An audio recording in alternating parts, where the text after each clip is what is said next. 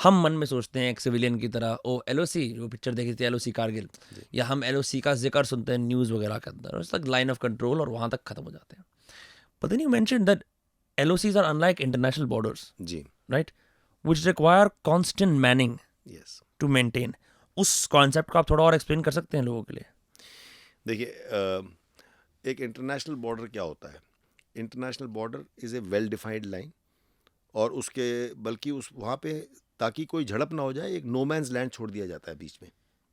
So you are sitting and you don't have to be manning the whole border, क्योंकि वो एक defined border है. LOC is line of control, और line of control का मतलब ही है, जैसे वो लफ्ज़ कहता है, कंट्रोल. जिसके कंट्रोल में है वो लैंड उसके उसके कब्जे में रहेगा. ग्रैबर्स कीपर्स, अगर आप कल इस पहाड़ी पे चढ़ के बैठ गए तो वो आपकी हो गई.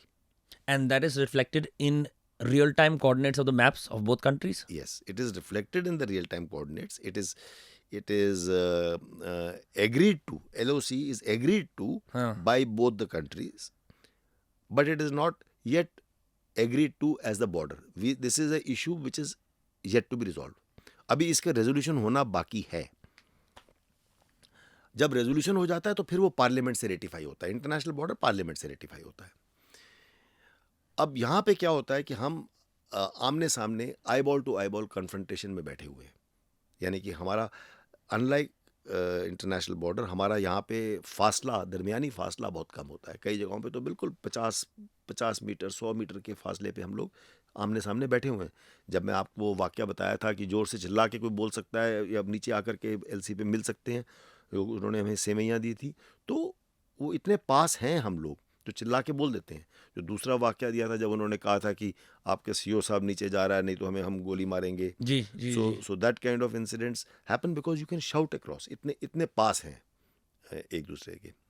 तो LOC की डायनामिक्स बिल्कुल अलग होती है. इसमें जोखिम होता है, इसमें फायरिंग होती है, और ये ट्रेचरस सा इलाका होता है. इसकी पेट्रोलिंग करनी पड़ती है, और वो तब भी करनी पड़ती है जब बर्फ़ गिरी होती है, जब एवलांचेस होते हैं.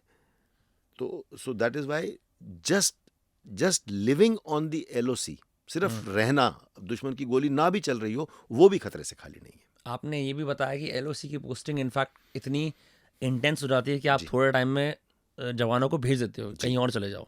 हम छुट्टी भेजते हैं. हाँ. कोशिश करते हैं कि LOC अगर कोई बेस ड्यूटी है तो थोड़ी देर बेस ड्यूटी में जाए, वरना 3-4 महीने के बाद ज़रूर उसको कुछ दिन के लिए छुट्टी जाए घर.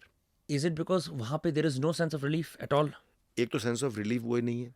मतलब यू आर 20, मैं तो कहूँगा 25/7 Vigilance. आप विजिलेंट रहोगे. गोलियां चलती रहती हैं, आप सो भी रहे हो और गोलियां चल रही हैं. बंकर में आप सो रहे हो, गोलियां चल रही हैं, तो हर आदमी उठता नहीं है, क्योंकि आप रोज रात की बात है. ऐसे ही चला रहे होते हैं गोली की, मतलब टू मेंटेन प्रेशर. मैं ये नहीं कहूँगा ऐसे चला रहे होते हैं.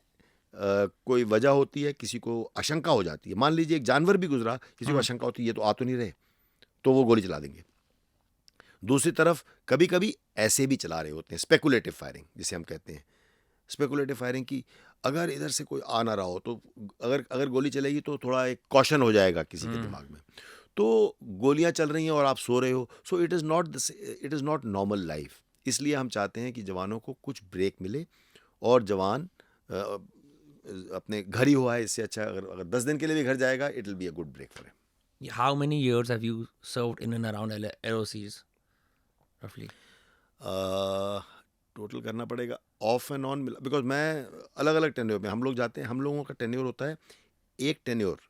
अगर हम 2 या 3 साल के लिए हम बॉर्डर पे आते हैं या ऑपरेशनल एरिया में आते हैं, उसके बाद हम एक टेन्योर जा करके किसी, हम उसको पीस स्टेशन बोलते हैं, फैमिली, जहाँ पे फैमिली के साथ रह सकते हैं. These are all non family stations. तो हम ऑल्टरनेट करते रहते हैं. तो I think I would have serve for around 12 to 14 years अगर आप टोटल करेंगे. 12 to 14 years in absolutely mega vigilant environments where there is constant gunfire and fear of your life. How, if you don't mind me asking, how does it not break you psychologically? No, like I said, it's not continuous. पहली बात तो ये है कि ये लगातार नहीं है, अलग अलग टेन्योर में है. दूसरा, मैं वो टेन्योर भी आप गिन रहा हूँ, जैसे कि जिस टेन्योर में मैं बिल्कुल LOC पे खुद नहीं बैठा हूँ, क्योंकि अब मेरा रैंक सीनियर है. अब जब मैं कमांडिंग ऑफिसर हूँ तो मैं बेस पे हूँ. Correct. हालांकि मैं पूरी एलओसी का दायित्व मेरे ऊपर है, मैं बीच बीच में जाता रहता हूँ, 2-4 दिन इस पोस्ट पे 2-4 दिन उस पोस्ट पे रहता हूँ, लेकिन मैं बेस पे हूँ, बेस बिल्कुल एलओसी पे नहीं है। तो एलओसी पे तो सिर्फ कंपनी होती है, एलओसी पे कंपनी लगी होती है। तो इसीलिए मतलब उसमें आपका जो टेन्योर है, जो सर्विस है, वो अलग बढ़ती रहती है। Yet still मतलब इट्स नॉट लाइक आप दिल्ली में पोस्टेड हो ना, पीस पोस्टिंग को छोड़ जी। दो, तो वहाँ पे अच्छा आपके बंदे भी हैं, लेकिन वो भी तो कॉन्स्टेंटली विजिलेंस पे है। तो like psychologically are you always in strategy mode कि ये हो सकता है, वो हो सकता है, ये हो सकता है, वो हो सकता है?